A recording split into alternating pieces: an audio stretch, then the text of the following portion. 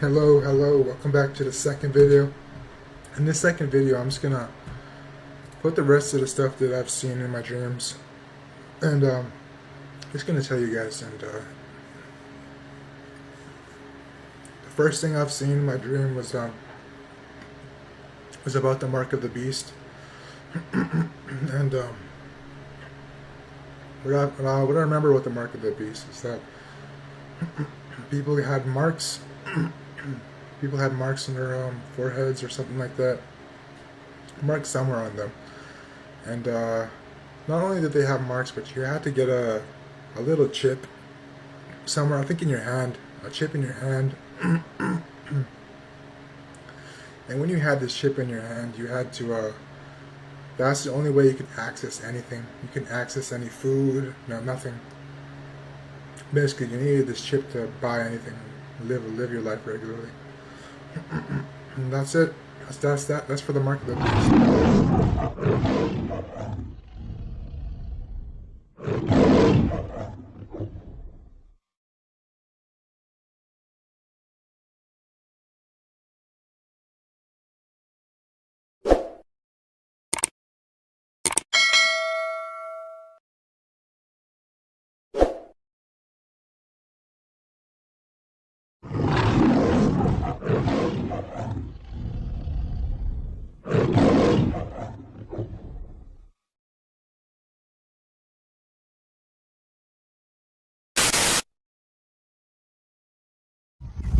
God showed me a dream of the tribulation last night, and I wanted to talk about it. The dream started when I was in my house, and I was looking for my mom and dad, and God told me that they left to go take the mark of the beast.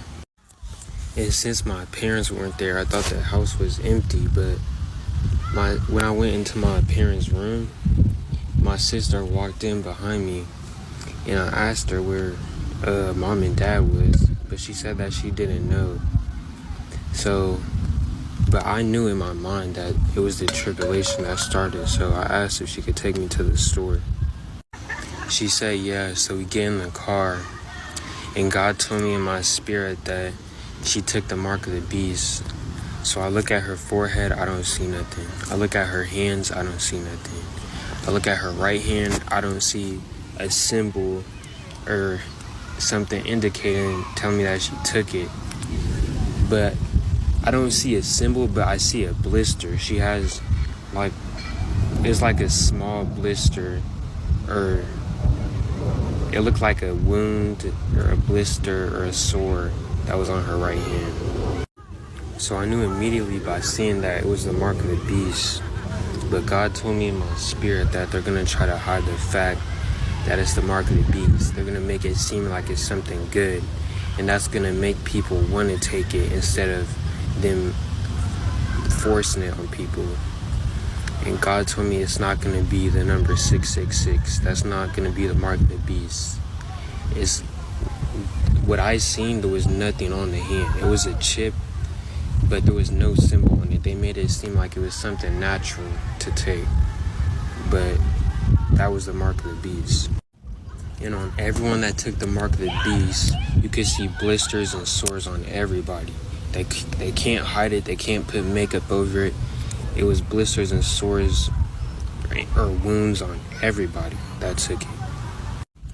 But I asked my sister to take me to the store because I didn't say this out loud, but in my head I'm thinking, this is the tribulation. I need to get food and supplies, and I need to get to a remote location.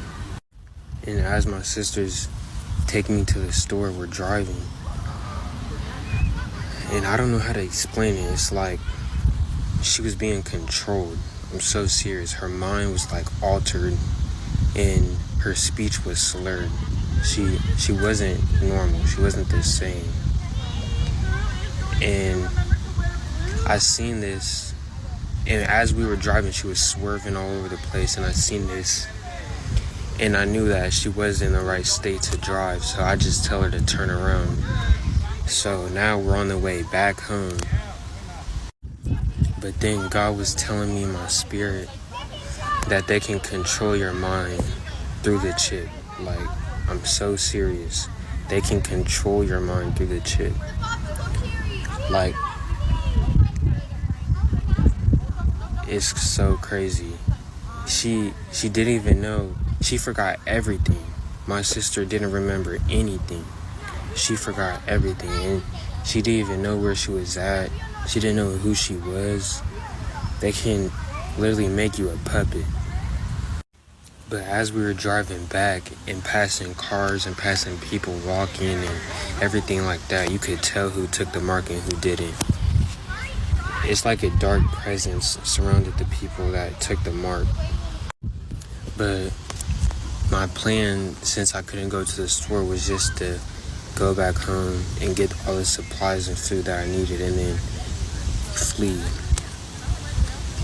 But for some reason, it's like everyone could tell, like, you didn't take the mark. Like, not, like, there's not even a symbol, but they could just tell. Like, some reason, some way, I don't know how, but they could just know. And there was a whole bunch of cars following me. And it's like their mood switched to aggression. And God told me that you can't fake not having a mark. You can't, like, try to go into stores and stuff like that without having it.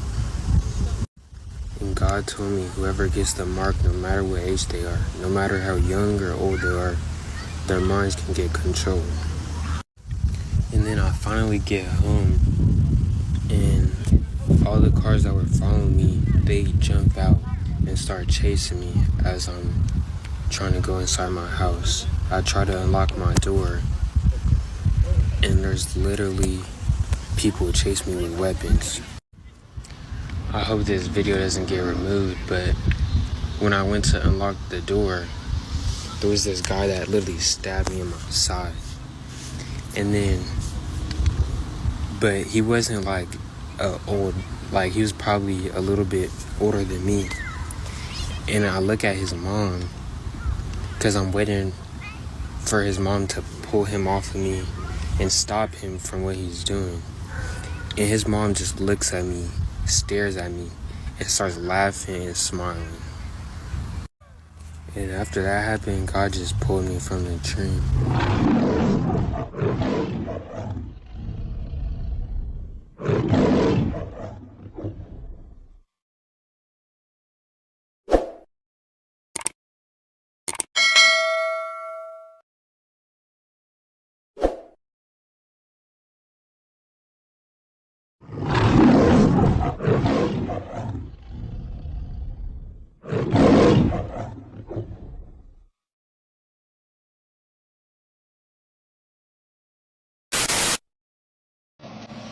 I want to share a dream of the mark of the beast that God gave me some time ago that's been on my mind.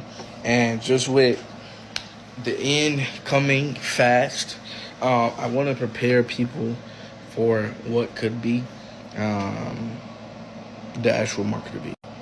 Now, I'm not claiming to be some prophet. I'm not claiming to be some anything. I'm not even claiming that this is 100% accurate. I'm just saying, like, I had this dream.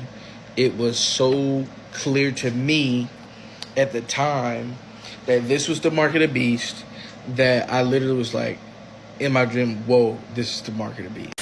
In this dream, it wasn't me. It was like I was in this person's body. I had my thoughts, their thoughts, and what they were seeing. And I was feeling kind of down and depressed, and well, I don't want to say I'm not claiming that, Jesus' name, but this person was feeling down and depressed, and they was trying to find a solution for it. So, but no one know that. This person didn't tell anybody this.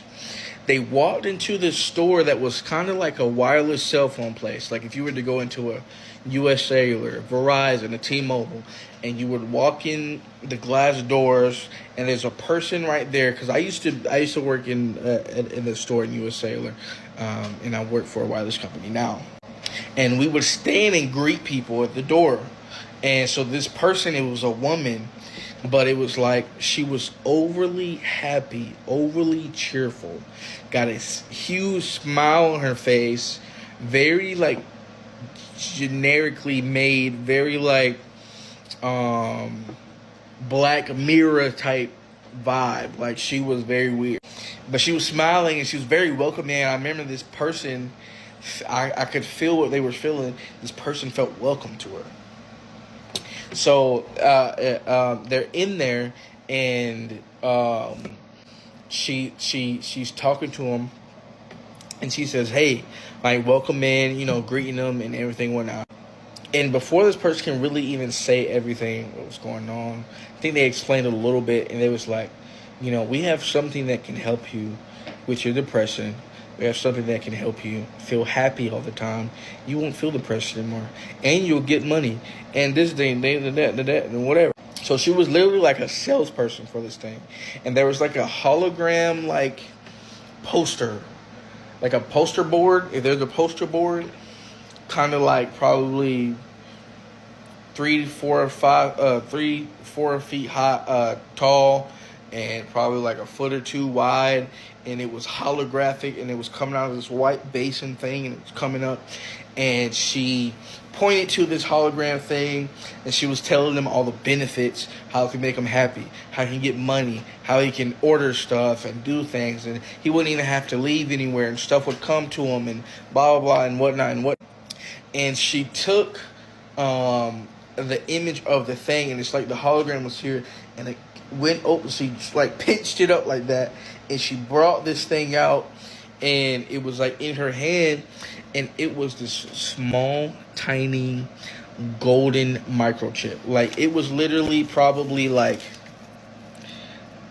this small, kind of. It was very like square, very small.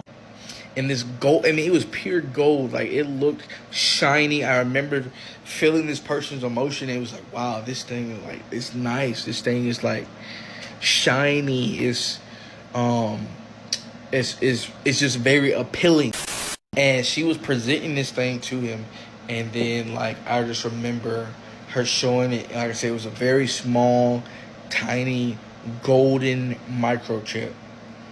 Very small, tiny golden microchip that was placed in the brain or in the hand or whatnot, and it would give you ability to almost control you.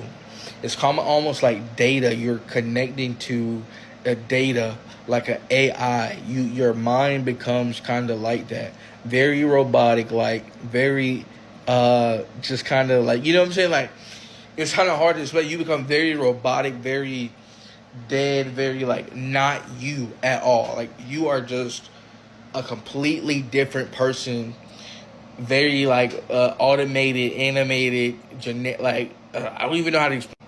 But and then I remember like the person taking it, and I was just like, wow, this is the mark of the beast. Like in my, like, because I had my own thoughts too, and I woke up.